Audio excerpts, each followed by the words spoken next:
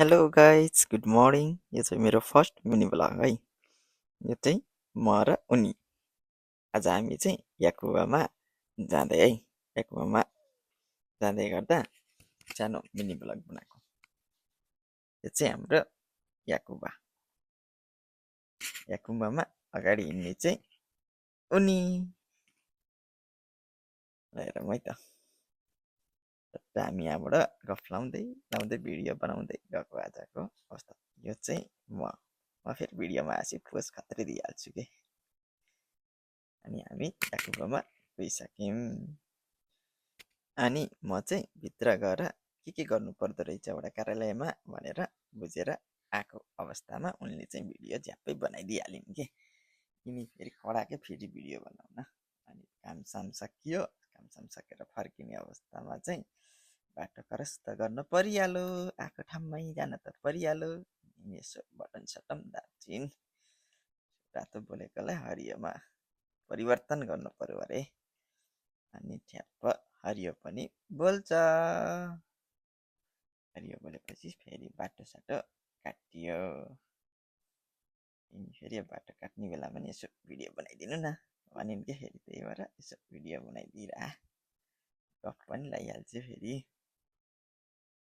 अनि बाटो काटेर त्यसपछिको अवस्था चाहिँ हाम्रो सामान किन्ने भनेर पसलतिरको जाने अवस्था।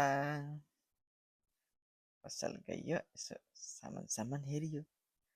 यिनी सामान हेरेर दङ्ग परिन्। एउटै टमाटरलाई 250 थियो। अनि त्यसपछि तरकारी सरकारी हेरियो। अनि त्यसपछि हल्का काँक्रो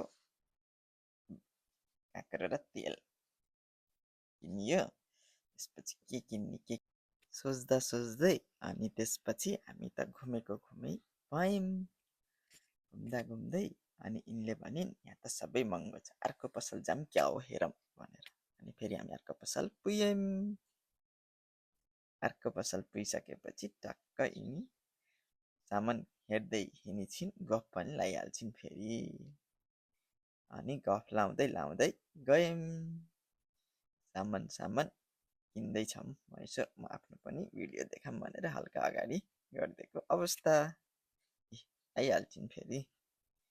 अनि त्यसपछि चाहिँ सामान हेर्दैछौँ।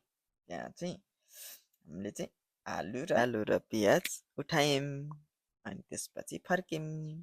अनि त्यसपछि आउँदै बाटोमा फेरि पार्क आयो। तिनलाई फेरि पार्क देख्ने बित्तिकै टिकटक बनाउन मन लाग्यो अरे। अनि त्यसपछि टिकटक बनाऊँ न भनेर पार्कतिर छिरियो। अनि एउटा टिकटक पनि बनायौँ।